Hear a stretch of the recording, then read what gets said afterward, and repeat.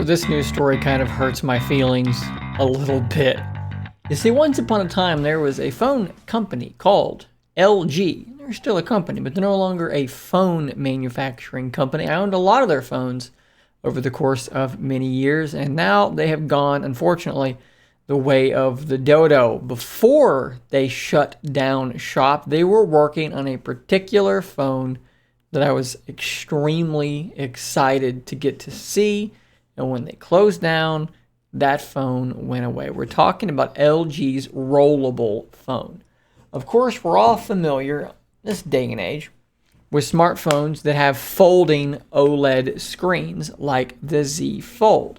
We're also probably familiar, at least on this channel, of devices like Surface Duo that have two screens. Well, of course, there's also the Z Flip that's a clamshell. This thing is sort of its own specific thing. It looks like a normal phone. You do a gesture and it rolls out. The screen actually rolls into the body of the phone so it can expand and become a larger canvas to work on. And there's several reasons actually why I was really excited about it. One of them is aspect ratio. When you see this thing fully unfurled, I love the shape, the size of the screen. I feel like the fold is a little too big, a little too, I don't know, it's just kind of more square than I like. This thing is more close to like 4x3, which I really like. Duo's screens are 3x2, and it kind of puts you in a similar mind as Duo without being, oversized. Android apps don't look that good scaled up. Well, we have something interesting to talk about here. This YouTuber, I don't speak this language, I'm sorry. This YouTuber got 1.2 million views.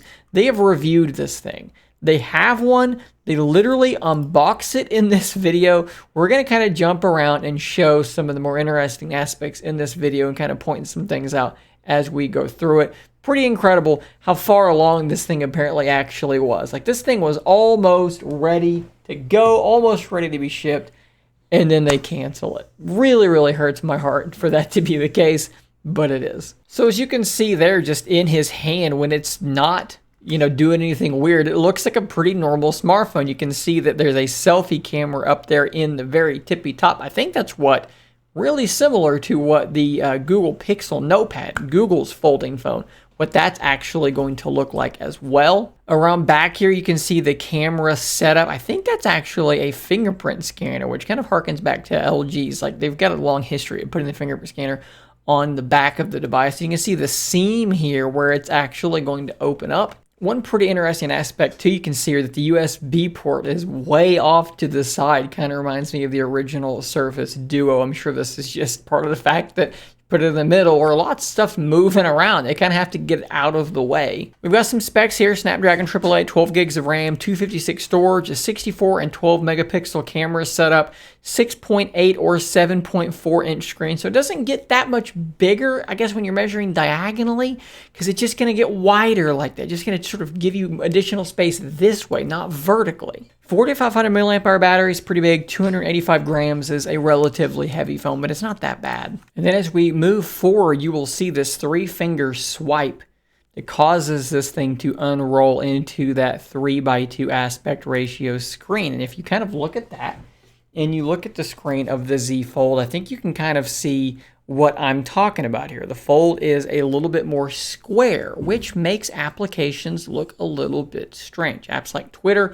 are just really far stretched across the screen. This would bring that in a little bit more while still giving you a larger screen. It's not a screen that I feel like suffers from kind of being oddly shaped for Android. It's kind of just like a giant version of a phone. It's not that far from, what used to be normal was 16:9, and then it kind of became 2:1. This is not that far off. You could argue that it has less of a point, though, in the sense that it's not that much bigger than it was before. So there's your trade-off there, right?